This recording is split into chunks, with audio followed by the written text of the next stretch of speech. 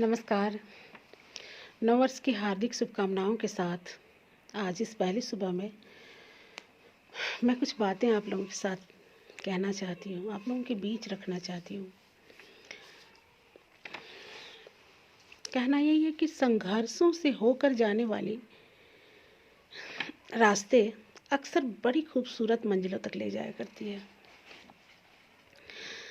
और ऊपर वाला भी किसी को उतना ही कष्ट देता है, उतनी ही चुनौतियाँ देता है जिससे जीत हासिल कर सकने की क्षमता उसमें आ जाए।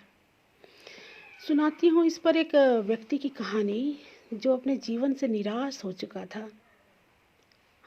वह निराशा उसके साथ इसलिए थी क्योंकि वह जितना प्रयास कर रहा था, जितना प्रयत्न कर रहा था, उतने नतीजे उसे मिल नहीं रहे थे और उसे लगता था कि नतीजों के लिए, परिणाम के लिए ईश्वर बहुत इंतज़ार उसे करवा रहा है। बस यही भाव और कि अब नहीं जीना, अब नहीं रहना इस संसार में, यही सोचकर वह फिर से दिल से अपने ईश्वर को याद किया और ईश्वर प्रकट हो गए। तो उस व्यक्ति ने ईश्वर से पूछा कि ऐसा क्यों किया आपने मेरे साथ, कि मैं लगातार प्रयास कर रहा हूँ पर मेरे नतीजे मुझ तक नहीं मिल रहे, मुझ तक नहीं पहुँच रहे।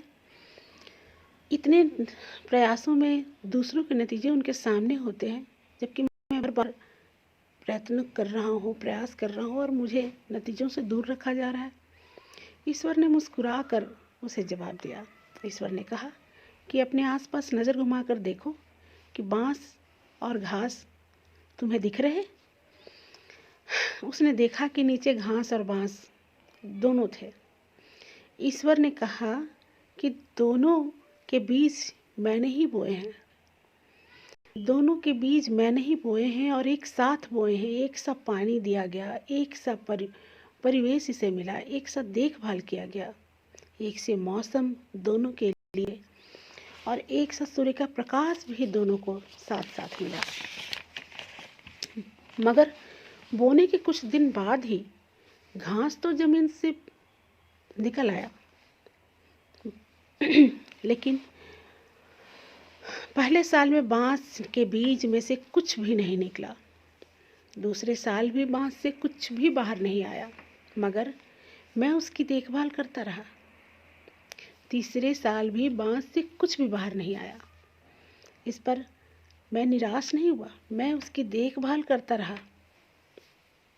चौथे साल एक छोटा सा पीक जमीन से फूटा और बस क्या था, 6 महीने बाद 100 फीट ऊंचा वह बांस खड़ा था। शुरू के 3 साल बांस ने जमीन के अंदर जड़ों को मजबूत करने के लिए लगाए थे, जिन जड़ों की वजह से आज वह इतना ऊंचा, इतना ऊपर उठकर खड़ा हुआ। ईश्वर ने कहा कि समय चाहे जितना भी लग रहा हो, ध्यान में रखना कि मैं किसी की देखभाल करना नहीं छोड़ता। जैसे उस बांस को नहीं छोड़ा,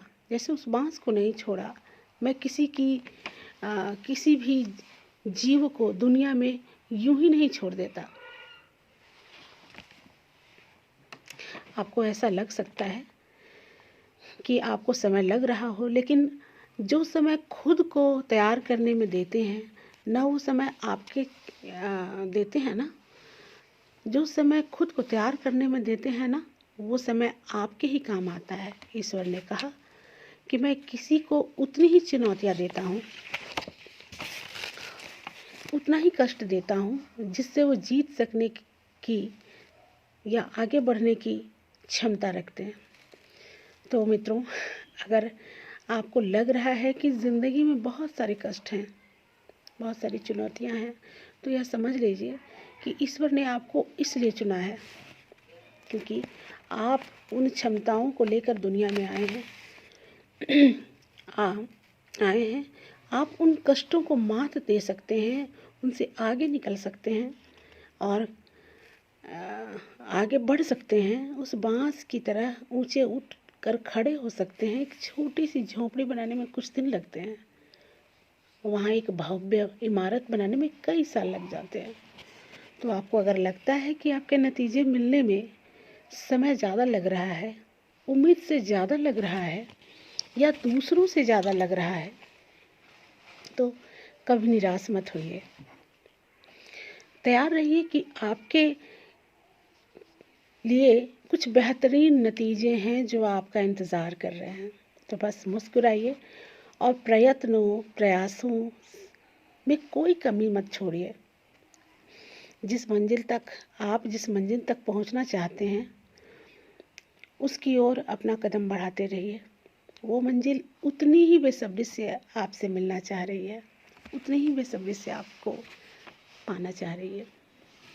यही कहते हुए पुनः नए साल की आपको फिर से हार्दिक शुभकामनाएं, हार्दिक बधाई। धन्यवाद।